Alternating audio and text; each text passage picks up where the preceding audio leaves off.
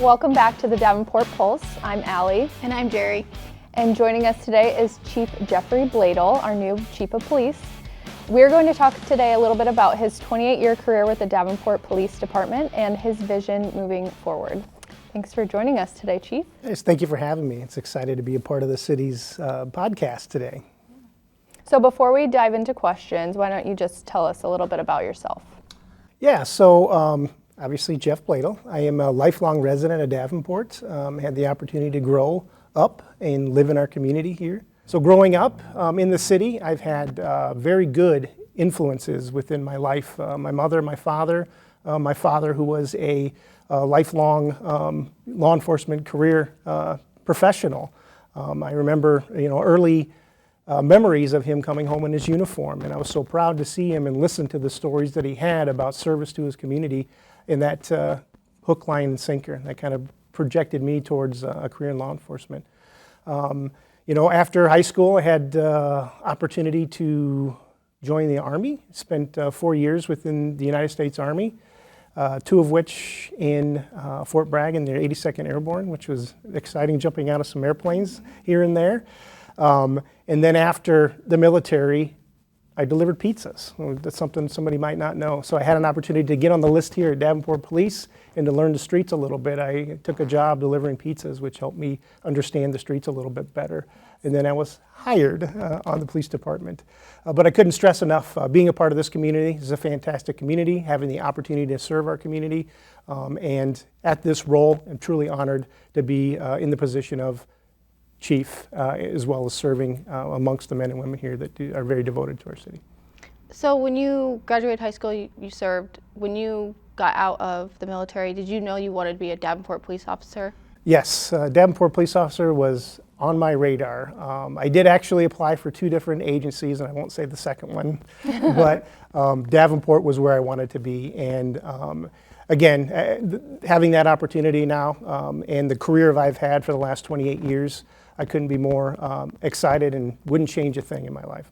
So you just told us that your career spans over the course of 28 years, which is incredible. Can you share with us some of the highlights of your career or maybe some of the units that you've served on? Sure.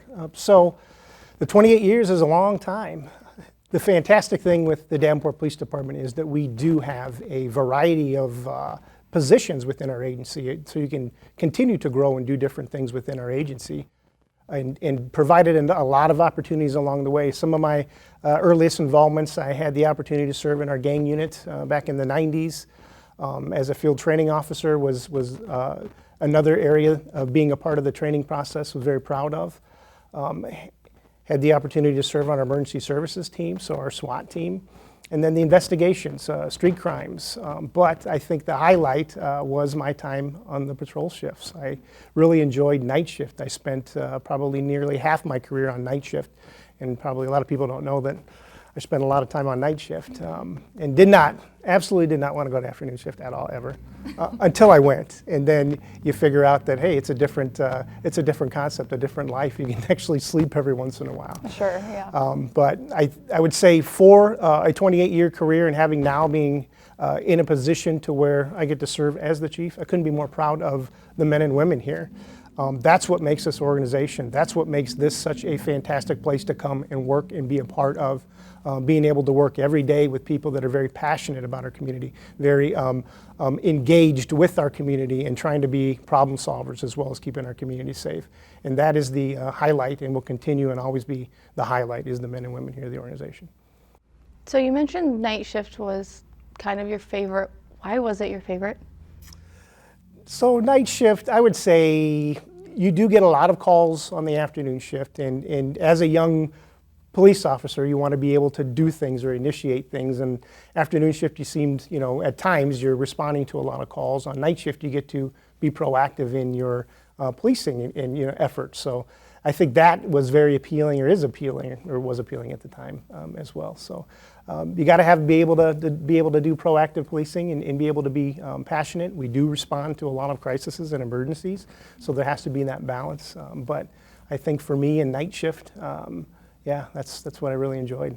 Plus the team we had. I mean, you really get the camaraderie and you really get to work with your teams and your shifts, and it's just I can't even explain the feeling you get, because people are out there doing very noble work, but they also have your back, and they also are there to jump in when anything really goes bad, and collectively you carry the night. What are some of your priorities as our chief? Well, a lot of different priorities I think we can take a look at, and I think one of the biggest things is starting to calm down the transition. We do have a lot of moving parts currently. We went through a lot of different promotions. We're going to have some movements, but there's some things that have been highlighted in the last couple of years that we've faced some struggles here and there. Not only internally as a culture, but also externally as a profession, and I think those are some of the things we have to address. Officer professional growth and wellness have to be a huge focus on what we do each and every day. If we didn't have the officers that are healthy and coming to work and properly trained and knew that we are fair in what we do and knew that we support what they do, we wouldn't have that operations on the street, or we ask them to do a lot of things. It's a very challenging job and a very trying job at times. And we do ask a lot. So officer wellness, professional development has to be high up on that list.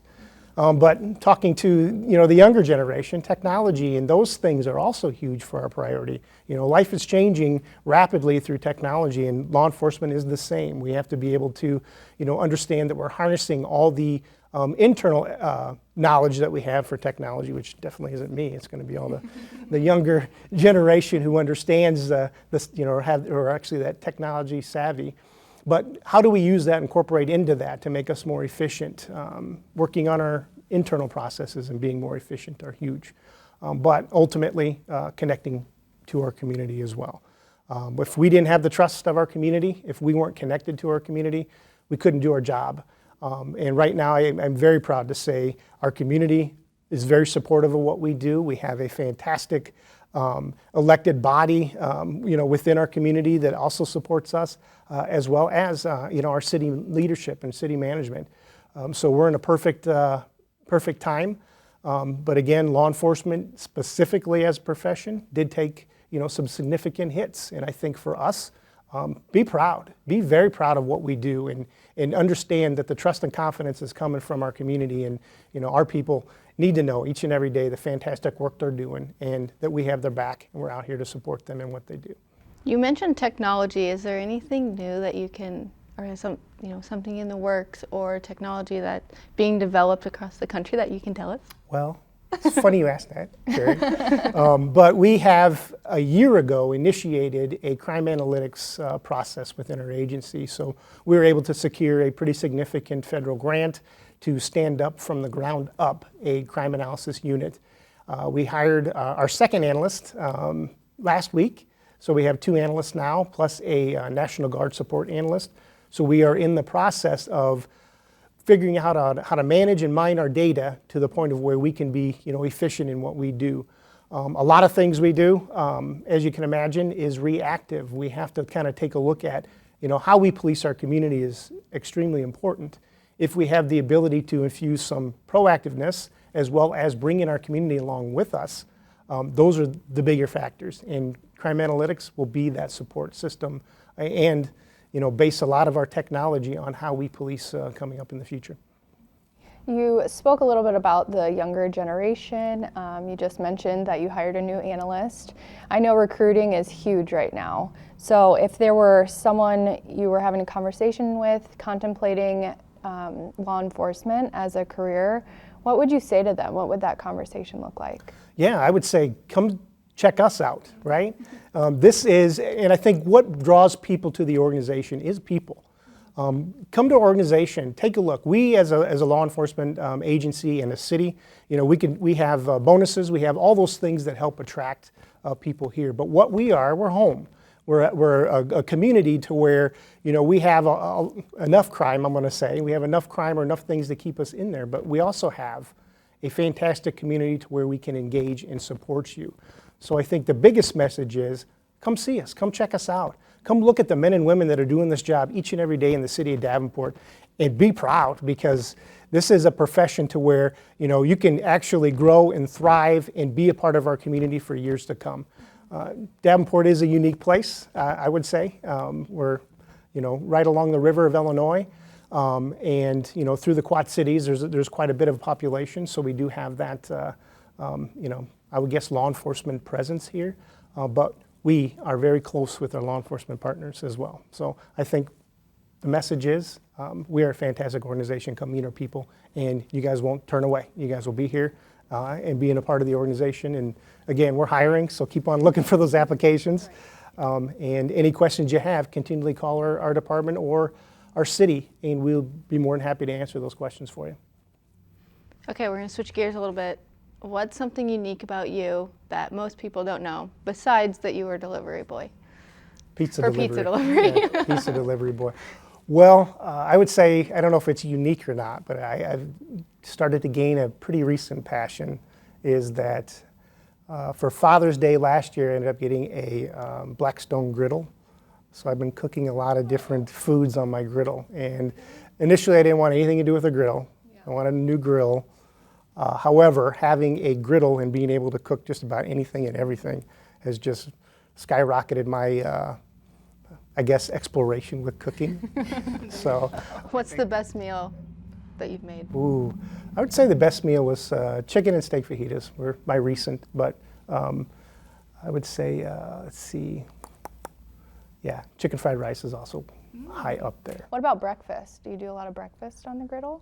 Anything you need, bacon, pancakes, Oh, okay. French toast, hash browns, yes, you name it. The griddle, I'm telling you, I'm not like a griddle spokesman here, but This is not sponsored. I will not move forward without ever having a griddle in my life. You can thank your kids and your wife. I will thank my kids and my wife, yes. That's funny. Well, Chief, thank you so much for joining us today. This was very informative, and we loved sitting down and talking with you a little bit more and learning about your 28-year-long career and seeing what you have in store moving forward. So we appreciate it. Thank you guys for having me.